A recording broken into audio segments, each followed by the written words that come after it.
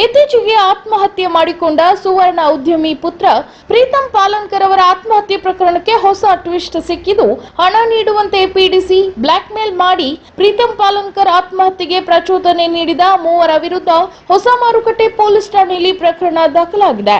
ತಾಲೂಕಿನ ಅಜ್ಜಿಬಳದ ಸೊಂಡಳಬೈಲ್ನ ರವೀಶ್ ವೆಂಕಟರಮಣ ಹೆಗಡೆ, ಗಣೇಶನಗರದ ಗಣೇಶ್ ಸುಬ್ರಾಯ್ ಆಚಾರಿ ಹಾಗೂ ಆರ್ಟಿಒ ಕಾರ್ಯಕರ್ತ ಓಂ ಹೆಗಡೆ ವಿರುದ್ಧ ಪ್ರಕರಣ ದಾಖಲಾಗಿದೆ.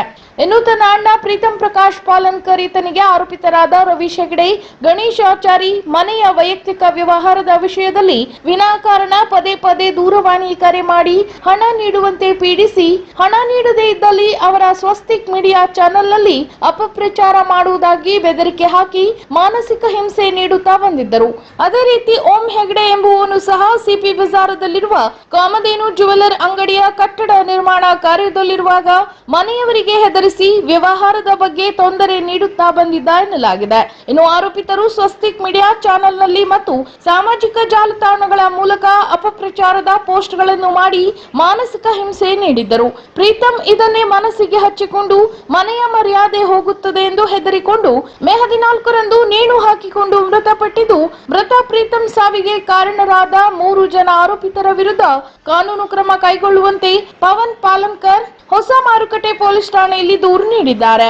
ಇನ್ನು ಈ ಮೂವರ ಮೇಲೆ ಹಲವು ಬ್ಲಾಕ್ ಮೇಲ್ ಆರೋಪ ಕೇಳಿ ಬಂದಿದ್ದು, ಕೆಲವೇ ದಿನಗಳ ಹಿಂದೆ ಗಣೇಶ್ ಆಚಾರಿ ಎಂಬಾತ ಮಣ್ಣು ಸಾಗಾಟ ಮಾಡುತ್ತಿದ್ದ ವಾಹನ ಸವಾರರಿಗೆ ವರದಿಗಾರ ಎಂದು ಹೇಳಿ ಅವರಿಂದ ಹಣ ನೀಡುವಂತೆ ಬ್ಲಾಕ್ ಮೇಲ್ ಮಾಡುತ್ತಿದ್ದ ಎನ್ನಲಾಗಿದೆ.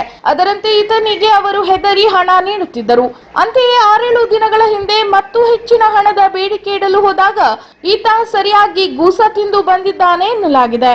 ಒಟ್ಟಿನಲ್ಲಿ ಶಿರಸಿಯಲ್ಲಿ ಬ್ಲಾಕ್ ಮೇಲ್ ಮಾಡುವವರ ಸಂಖ್ಯೆ ಹೆಚ್ಚಾಗಿದ್ದು, ಇಂಥವರ ಮೇಲೆ ಯಾವುದೇ ಮುಲಾಜಿಲ್ಲದೆ ಪೊಲೀಸರು ಕ್ರಮ ಕೈಗೊಳ್ಳಬೇಕೆಂದು ಸಾರ್ವಜನಿಕರು ಆಗ್ರಹಿಸಿದ್ದಾರೆ. ಇನ್ನು ಈ ಕುರಿತು ಶಿರಸಿ ಮಾರುಕಟ್ಟೆ ಪೊಲೀಸ್ ಠಾಣೆಯಲ್ಲಿ ಪಿಎಸ್ಐ ರತ್ನಾಕುರಿ ಪ್ರಕರಣ ದಾಖಲಿಸಿಕೊಂಡು ಆರೋಪಿತರ ಪತ್ತೆಗೆ ವಿಶೇಷ ತಂಡ ರಚನೆ ಮಾಡಿದ್ದಾರೆ.